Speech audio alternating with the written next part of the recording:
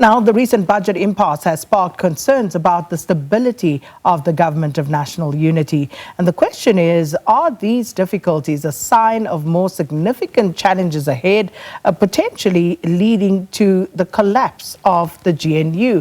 SABC Senior Political reporter Samkelo Maseko joins us right now on the line to unpack some of these issues. Now, Samkelo, good afternoon, good morning rather. And, it's been quite busy. And this is not the first hurdle that this GNU has faced. Many policy issues have ruffled feathers, but is this the straw that perhaps could break the camel's back? And if so, why? Indeed, Sakina, this is the straw that can break the camel's back. Just yesterday afternoon, the president of the country and president of the African National Congress, alongside the Minister of Mineral Resources and Petroleum, who also happens to be the national chair of the ANC, Gwede Samson Mantashe, they were addressing the ANC caucus yesterday after John Steenhuisen and Cyril Ramaphosa had that meeting yesterday, where Cyril Ramaphosa and Gwede Mantashe essentially said that the ANC can no longer continue working with the Democratic Alliance if the DA does not support this particular budget speech. Now, this is the first time that the ANC officials have officially communicated to the ANC caucus that there is a stalemate between the two biggest parties in the government of national unity, particularly around the policy framework of the country, international relations, the economic trajectory of the country, and also the various policies that have been signed as acts of law by President Ramaphosa. That would be the NHI, that would be the Bella Act, that would ultimately culminate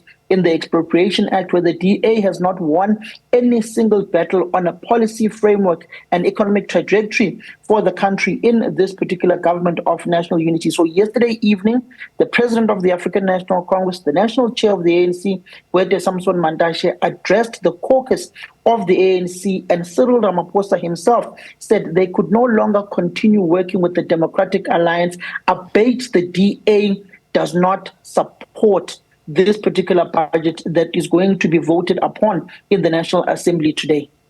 And one would imagine, should the DA catch wind of what was said, that would have implications for their own FedEx meeting and how they ultimately decide to proceed in this GNU or not. Ultimately, the DA has been on the back foot on the government of national unity. We do know that Helen Zille has been very vocal in saying that.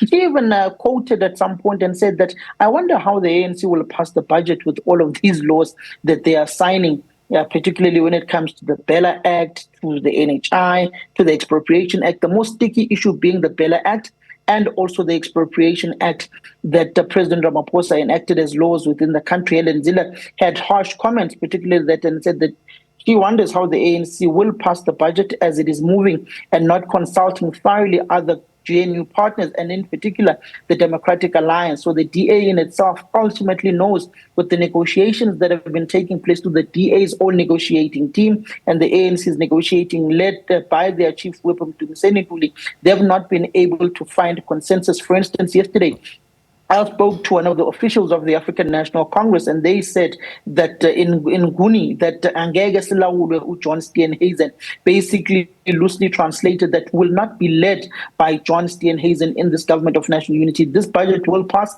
If the DA chooses not to pass this budget, then we will simply have to move right along. And Fikile Mbalula, the Secretary General, saying that they will have to reconfigure the government of national unity. So that word of reconfiguration reverberating around the political landscape, not only internally in the ANC, but cascading into our government as well now. You know, I could go on speaking to you, but let's rather reconfigure the conversation and take us to a break. Samkele Maseko there, keeping an eye on the latest developments in the government of national unity.